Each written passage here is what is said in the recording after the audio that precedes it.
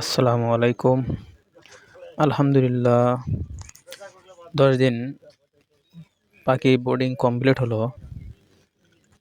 তবে এই ১০ দিনে কতটা ঝামেলা পোহানো হইছে তা বলার বাহিরে।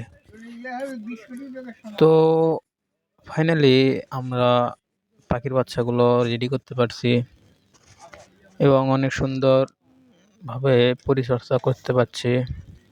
আপনারা যদি কেউ নতুন করে কোয়েল পাখির খামার তৈরি করতে চান, তাহলে আগে ভাববেন যে সেটা কি করা লাভজনক হবে না লস হবে। প্রত্যেকটা খামার করার আগে নিজস্ব কিছু অভিজ্ঞতা থাকতে হবে। তাছাড়া খামার করতে পারবেন না, খামার করে লস হবে এবং অনেক বাধার সম্মুখীন হতে হবে। যারা কোয়েল পাখি বা যে কোনো খামার করতে চান, তারা অবশ্যই অল্প থেকে শুরু করবেন এবং ভালোভাবে বোর্ডিং করার চিন্তা ভাবনা করবেন। যদি বিদ্যুৎ না থাকে, অবশ্যই হারিকেন বা অন্য লাইটের ব্যবস্থা করতে হবে। অবশ্যই তাপমাত্রা ৩৫ ডিগ্রি সেলসিয়াসের মধ্যে রাখতে হবে। যদি আর বেশি হয় তাও গরম ঠান্ডা লাগবে। আর যদি ঠান্ডা লেগে যায় তাহলে সেই পাখি সারানো অনেকটা কষ্টকর। 01775202828640 017444222957 এই নাম্বারে হোয়াটসঅ্যাপ ইমো খোলা আছে।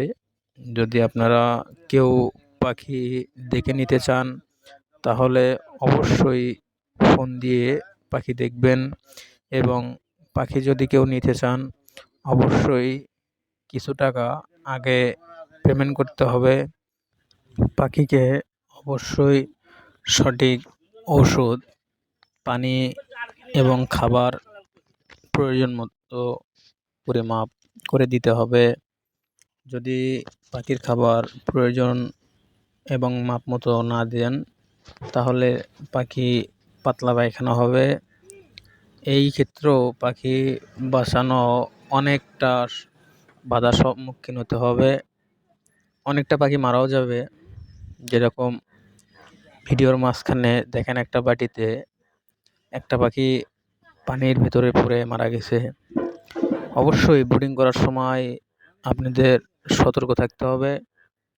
পানির পাত্রের মধ্যে অবশ্যই মার্বেল অথবা পাথর দিতে হবে। যদি পাথর না দেন, তাহলে পাখি মারা যাওয়ার সম্ভাবনা বেশি থাকে পানিতে পড়ে।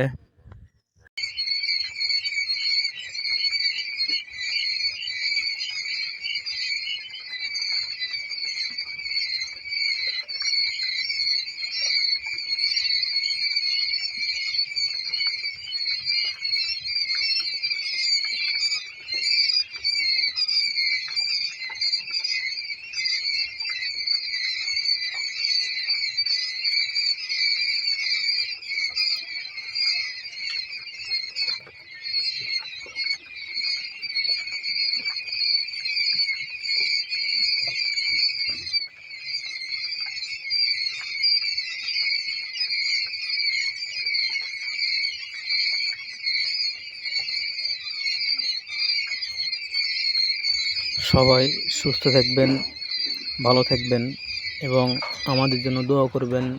ভিডিওর ভেতরে মেসেজে কমেন্ট করবেন ইনশাল্লাহ অথবা মাশাল্লাহ।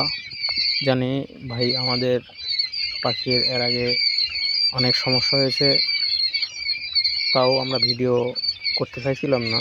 তবু আপনাদের শেখানোর ক্ষেত্রে বা বোঝানোর ক্ষেত্রে আমরা ভিডিওগুলো করতেছি। জানি আমার মতো কোনো খামারি নতুন করে খামার করতে গিয়ে শেষ না হয়ে যায়। সবাই আমার জন্য দোয়া করবেন। ভালো থাকবেন। আসসালামু আলাইকুম।